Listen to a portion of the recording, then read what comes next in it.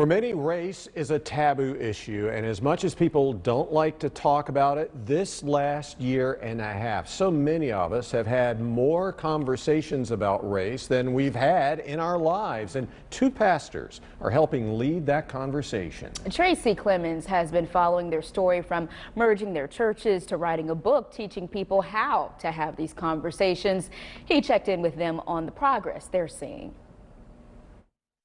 As the dust settled from the attack at the U.S. Capitol last January, we asked Pastors Derek Hawkins and Jay Stewart, where do we go from here? I think it's disheartening because I've seen people black and white to be divided over some of the silliest things. You know, in the midst of what went down last week and, you know, the shambles of destruction that we have to deal with at this point, I would say, again, we have to value relationship more than we value being right. We followed their story for 3 years now. Two pastors, one black, one white, who formed a friendship, merged their churches, and wrote a book about their experience, Welded, Forming Racial Bonds That Last. I'm so thankful that God allowed us to be the ones to help write a better narrative, and our nation needs that. We've had the privilege to kind of share our story all across the world. Until recently, Pastor Derek Hawkins led the Refuge Church Greensboro, a satellite campus of the Refuge Church in Kannapolis, which Pastor Jay started in 2004.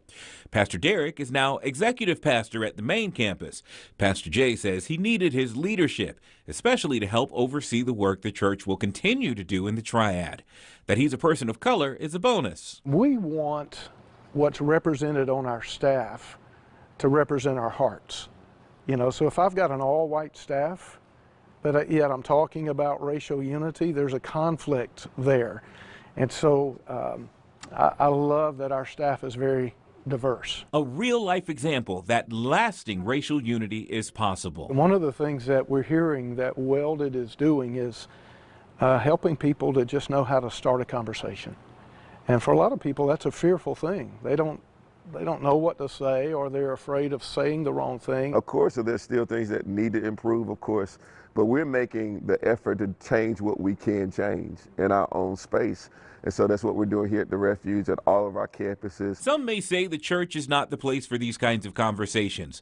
But as these two continue their work in and around the Piedmont, they say if not here, then where? I think the conversation of race belongs in the church first and foremost, that before we can fix the White House, we have to fix the church house. I would say that I think the conversation of race or any subject that may be taboo to the world needs to be the emphasis of the church. I think we're called to be the salt of the earth.